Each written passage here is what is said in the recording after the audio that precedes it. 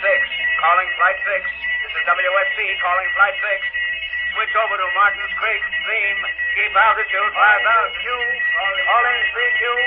Calling 3Q. This is station. Hello, London. Hello, London.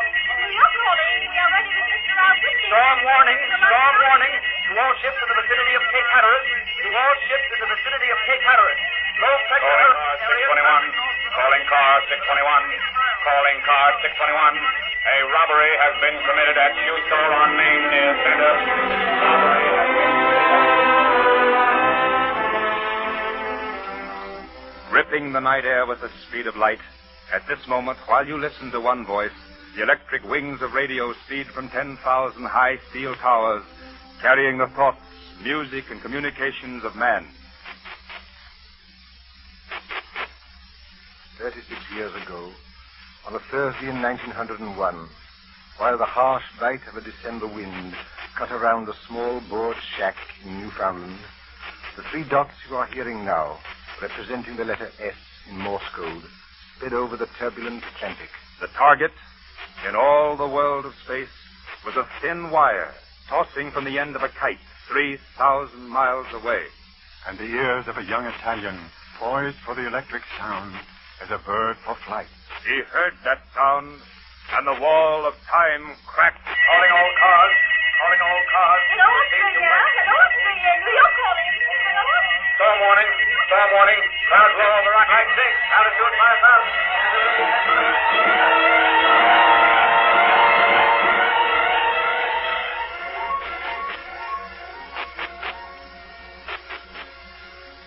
36 years ago this week, on a Thursday in December 1901, one man in all the world listened.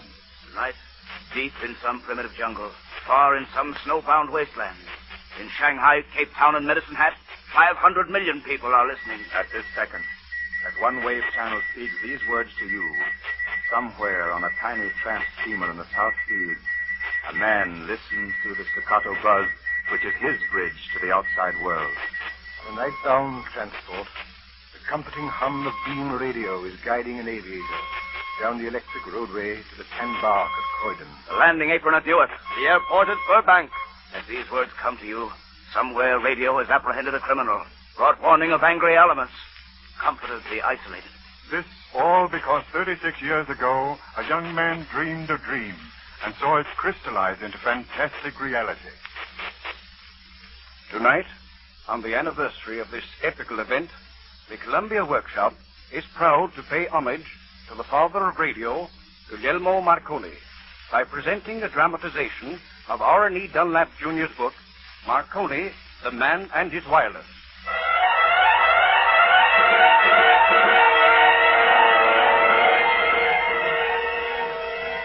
"403 years after Christopher Columbus charted unknown seas and found a new world of land, another young Italian dreamed of an unconquered world of space.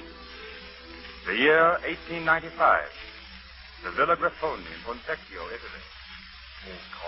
Come, Guglielmo. Enough of this nonsense. I have many things to attend to. Oh, Father, don't be so impatient with him. I shall have it ready in just 1 second. If you clutter this house up with more wires and machinery, we will have to move out to the stables. Don't mind him, son. There. Now watch, Father. I press this switch. So. You hear? The bell, yes, so. But there are no wires between the switch and the bell, Father. The bell is 2 floors removed, and I've made it ring. Guglielmo. How is it done? Hertzian waves. They were discovered by a German Jew named Heinrich Hertz. He's a professor at Kiel. I've been studying his work at school. Now that I'm finished, I want to continue experimenting where he left off. Guglielmo, what use can it be? I grant you it's strange, fantastic, this ringing a bell without using wires, but let us be realistic. Wire can be used. All you have accomplished is to save the cost of a few feet of cheap wire. Always realistic. Oh, leave him be. The work excites and amuses him, and that is enough. But, Mother, you don't understand. Can't you see? If these waves are powerful enough to cut through floors, they may reach across a town, a country, a continent. Why, it sounds incredible, I know. But someday we may be able to send them across ocean.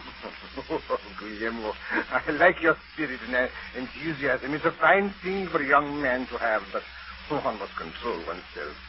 Suppose what you say is true. Suppose I grant you that these waves will cut across oceans.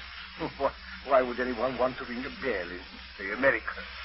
Well, son, what is your answer to that? If these waves can carry the impulse to ring a bell, why can't the bell spell out words, messages? Imagine, through the air, faster than the swiftest bird can fly. Why, you're right, Father. It's so simple it hasn't occurred. Of course. Think. No cables, no obstacles, and people communicating over thousands of miles. Well, suppose... I think it's a great ambition, Guglielmo.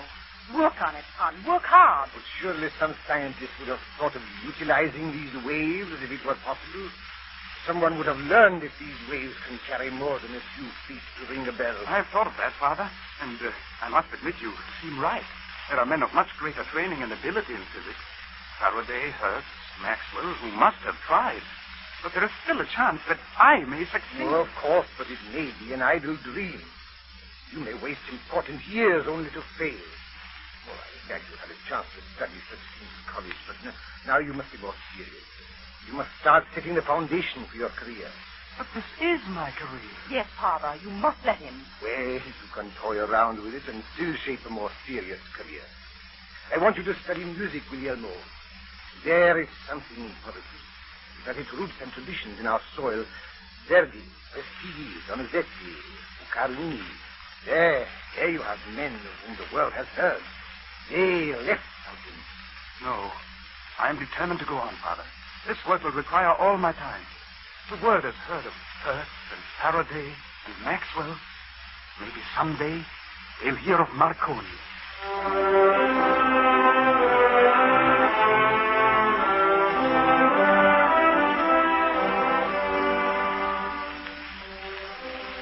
Constantly encouraged by his Scotch mother, the 22-year-old Italian boy pursued his dream.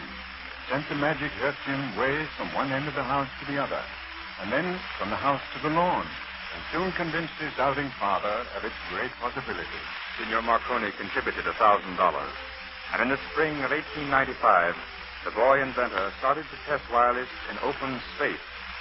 Greater and greater were the distances spanned, until the signal had covered the unbelievable length of 1 mile. In some weeks after the first test, while young Marconi worked, What are you planning to do today, Guglielmo? I'm going to try to send a signal to Alfonso. But you did that yesterday. Oh, but yesterday I could see Alfonso, and he waved a flag when he heard my signal. Today he's beyond it. Why there? Because only one great obstacle still remains. I do not know whether these waves will cut through all objects. The hill is more than 3/4 of a mile wide at the base. If it is penetrated in this test, very few barriers remain.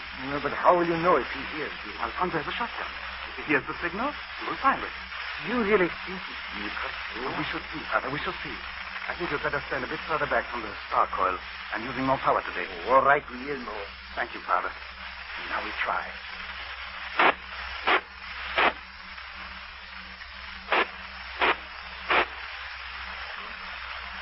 Well? Perhaps Alfonso wasn't ready. I'll try it again.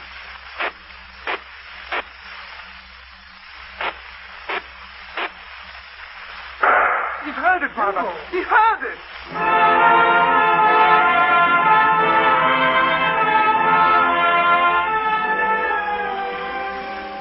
The gunshot from behind the hill became the first salute to wireless. But Marconi's dream was only half accomplished. And for 4 more years, he worked tirelessly, simplifying apparatus, improving technique, increasing power and distance. Until in 1899, Europe was startled to hear that a wireless message had been sent across the English Channel, a distance of 24 miles. And then, in the heart of the young Italian, a new dream burned. That dream was to conquer the Atlantic. In July 1900, Marconi and his 2 assistants, Kemp and Paget, went to the barren southwest tip of England and selected Paulsview as the site of that transmitter. It was to be 100 times more powerful than any yet built. Higher and higher, the mast lifted against the sky. Then, by the end of August, 1 year later, when the masts were almost completed, a gale swept the English coast and destroyed the entire work. lesser men than this young Italian dreamer might not have met that scene of destruction with the calm that he did on that turbulent, wind-swept day in 1901. Well, that's the end of a year's labor camp. We've had setbacks before, Mr. Marconi. We'd have to rebuild. No, there's no time. Conditions aren't suitable. It would take 6 months to repair the damage, and we would run the same risk every day. We can't wait. Perhaps another site. No. We'll have Vivian set up temporary equipment here. The signal won't be as strong as we hoped for, but it should be strong enough. You and Paget will come with me. Where? To America. America, of course. Why does that surprise you? Well, now, we have no equipment, Mr. Marconi. We can't carry masts and gear all the way. How will we get our aerial wire sufficiently high to get the signal? We'll take balloons, kites, anything that might work. We'll get that aerial up high enough somehow.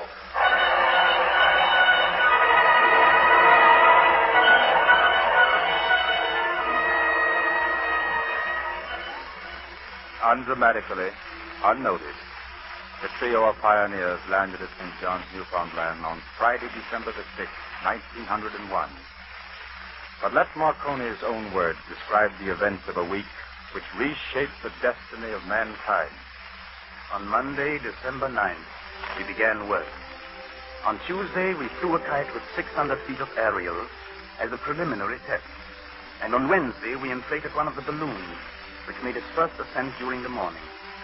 After a short while, however, the blustery wind ripped the balloon away from the wire. The balloon sailed out over the sea. We concluded perhaps the kite would be better. And on Thursday morning, in spite of a gusty gale, we managed to fly a kite up 400 feet. The critical moment had come, for which the way had been prepared by 6 years of hard and unremitting work. Despite the usual criticism directed at anything new, I was about to test the truth of my belief.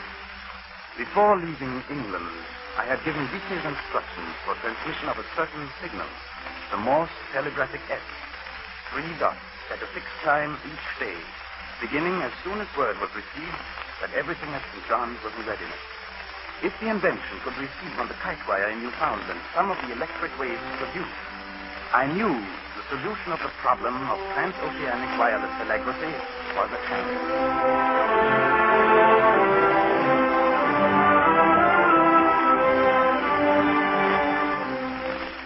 As the hands of the clock moved toward the appointed hour on that Thursday in December 1901, Marconi sat tightly pressing a telephone receiver to his ear, while his 2 assistants watched with tense expectancy. Beyond rolled the unbroken ocean, nearly 2,000 miles to the coast of the British Isles. Wireless might leap that in 1/93rd of a second. Yet no one had taken enough interest in the experiment to climb through the snow to Signal Hill. 1/2 hour passed. I received my cable at Toldu. They've been sending for the past 30 minutes, and we haven't heard a sound. We checked the instruments 1,000 times. Is the kite still up high? Yes. I just looked out of the window. But a million other things might be wrong.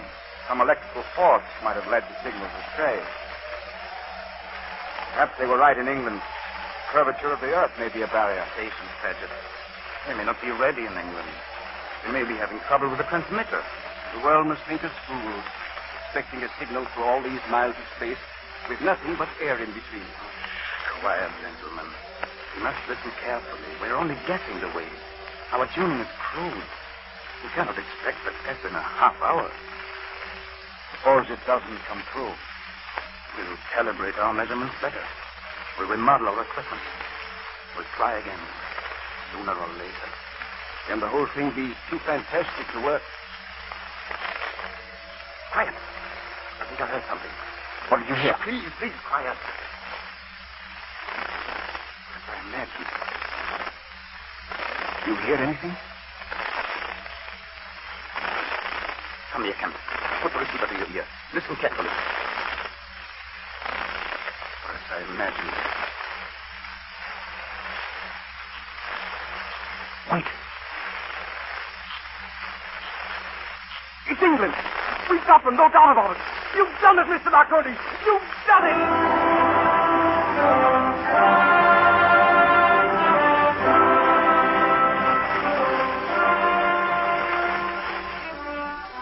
Thus, in the first year of a new century, the dawn of a new electrical age was heralded by the 3 tiny dots that spread across the Atlantic. In less than 8 years, 180 of the world's vessels were equipped with Marconi wireless.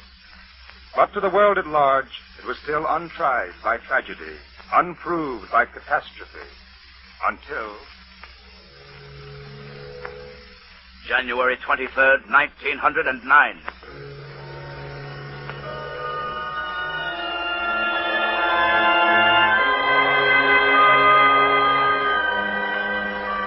Wallowing through the thick fog off Sandy Hook, the SS Republic noses out to sea, bound east for the Mediterranean.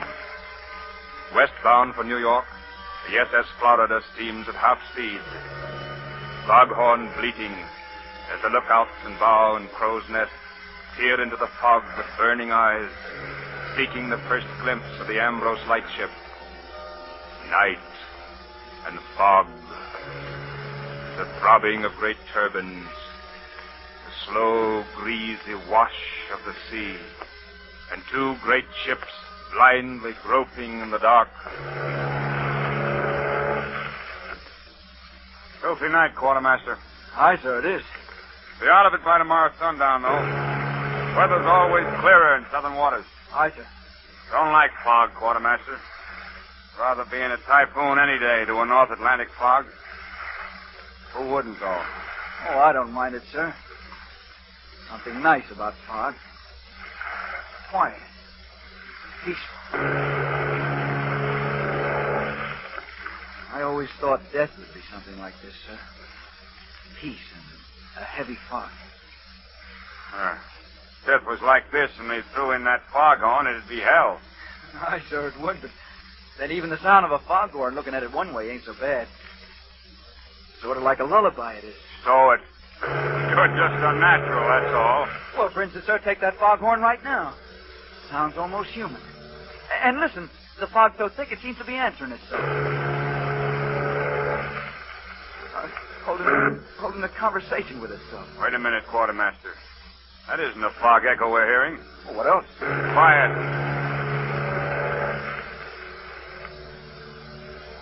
Oh, I've heard it many times in the fog. Maybe so. But I don't like the sound of it. Look alive. Aye, sir.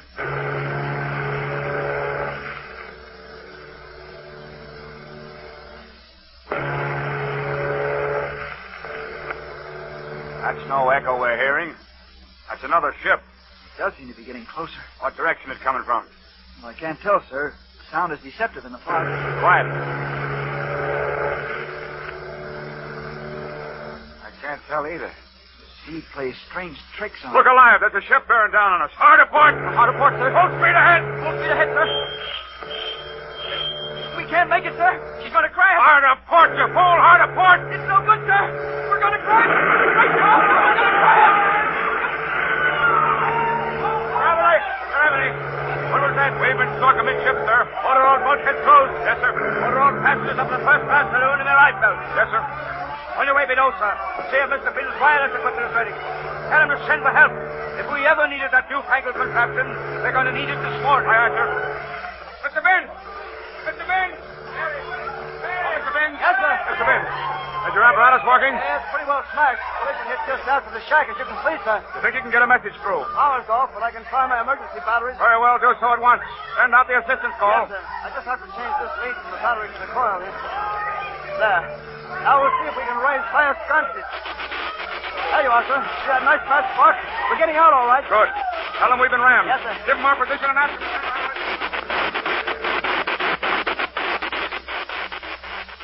The dawn had many ears that morning. Not only fog-bound Nantucket heard that cry for help. The Baltic, inbound, 115 miles east of Sandy Hook, heard it and leaped forward through the great swells. The French liner La Lorraine turned from a course and swung out to sea. The Cunard, Lucania, the revenue cutters, Mohawk, and Seneca. All heard the faint cry for help, sputtering through the dawn. All answered. The world knew little of spark coils and coherers and Hertzian waves on that cold January morning in 1909. But the world could understand this fact, that because of these strange things with queer names, because of this magic, the lives of more than 1,500 people had been saved.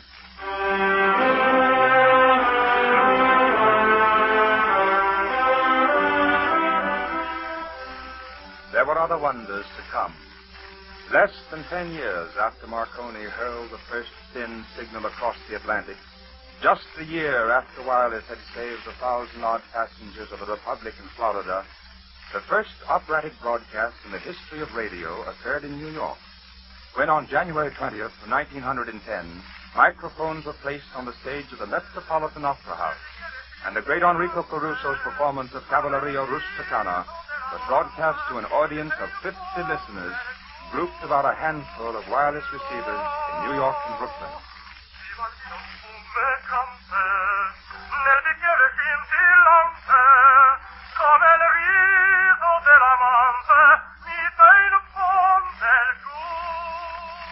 Dr. Lee DeForest, whose experiments with audio tubes had made this broadcast possible, makes a fantastic prediction. Someday, vessels departing from New York will have Pagliacci, Cavalleria Rusticana, and other operatic masterpieces every evening halfway across the ocean, and then they will be entertained by concerts from London, Paris, or Berlin, the other half.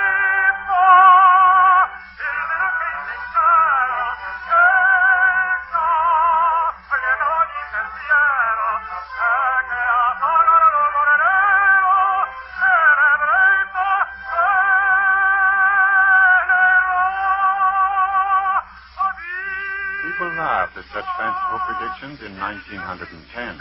But 2 years later, when the sinking of the Titanic focused the world's attention on the immeasurable value of wireless, they realized that a new and indispensable factor had come into their lives. Less than 10 years later, everyone was scratching Galena crystals and adjusting earphones to listen to the programs of KDKA and other experimental broadcasting stations.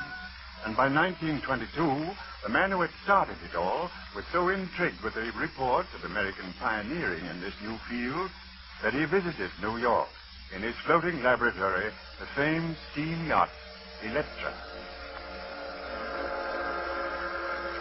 On a bright morning in June 1922, the golden white Electra, the largest Italian yacht ever to cross the Atlantic, slowly steamed up the bay and into the Hudson River amid the raucous cacophony of a New York harbor welcome.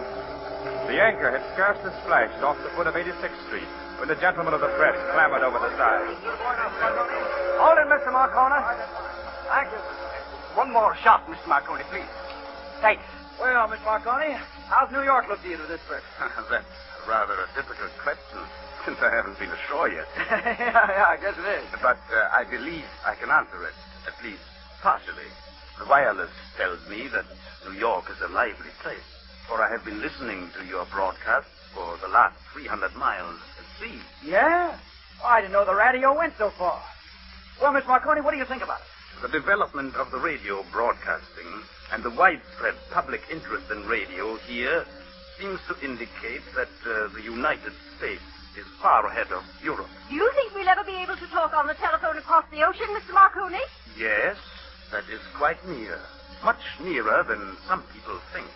I don't know as I'd like having the world listening to my conversation. Well, I cannot promise that the conversation will be absolutely secret between the speaker and listener. But it is my conviction that the human voice will soon cross the sea. What about the future of radio, Mr. Marconi? Today, we communicate readily by wireless, and we haven't begun to explore the possibilities of the vacuum tube and shortwave. I think it not incredible that in the near future, even lantern slides may be projected by radio.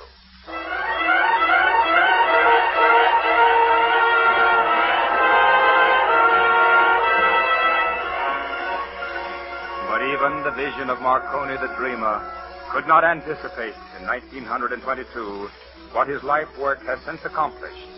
For today, We interrupt the program regularly scheduled at this time to bring you the abdication speech of the King of England. At long last, I can say a few words.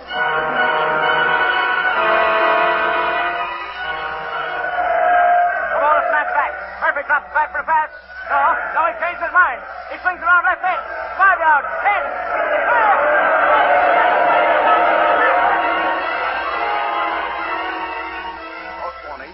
False warning to all ranchers in the San Fernando Valley. Frost expected in...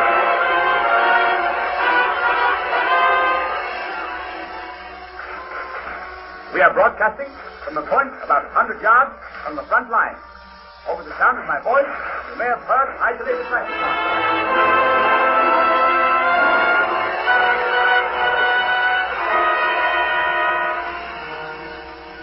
Such is the prodigious child of the humble letter S, Guglielmo Marconi, sent across the garden, through the hills, and 36 years ago this week, across the Atlantic. Marconi, tireless in his investigation, always asked himself, what next? And then found the answer. The modern world, Marconi's world, a radio-minded world, has learned, too, to ask, what next? Expects an answer. What next?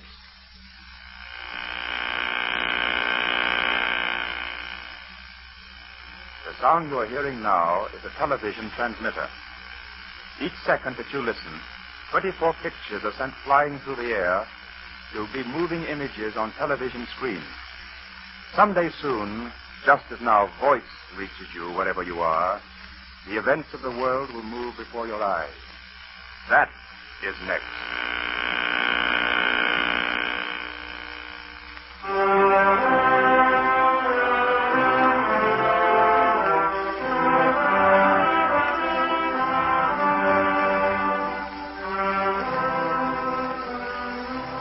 Years ago, Marconi envisioned the projection of pictures by wireless.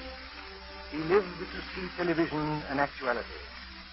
Then, on a July day last summer, death claimed him, and he left the world a much different place than he had found it. When 1,000 years from now, the kings and presidents, statesmen and warriors have been forgotten with the past, the name of Marconi will be remembered with Pythagoras, Newton, and Pasteur. 2,000 years before Marconi was born, the ancient Greeks, who started man's search into the mysterious properties of electricity when they rubbed amber against their sleeves, believed that no state could be successful unless all its citizens could gather within the sound of one voice. From the lips of the man who made such a thing possible came these words in one of the last form of broadcasts he made. The great need of the present day is for a better understanding between men and nations. And this understanding can be fostered and helped by improvements in our communications. The most direct and satisfying means of communication between man is the spoken word. In this respect, broadcast telephony occupies the unique position as being the most potent means for the instantaneous, universal dissemination of information, instruction, and entertainment the world has ever known. I am happy if by any efforts of mine I have been able to make some contribution to this international sympathy and understanding.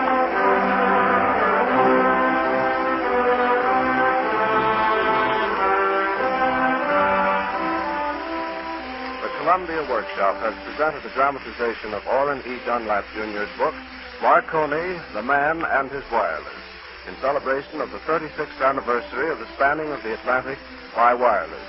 William N. Robeson and Irving Reese dramatized the story for radio and directed. Next week, the Columbia Workshop will present an original radio play on the life of one of America's greatest jurists, Oliver Wendell Holmes. The play, Mr. Justice, was written especially for the workshop by Max Lerner, editor of The Nation. Tune in next Thursday at this same time for Mr. Justice. This is the Columbia Broadcasting System.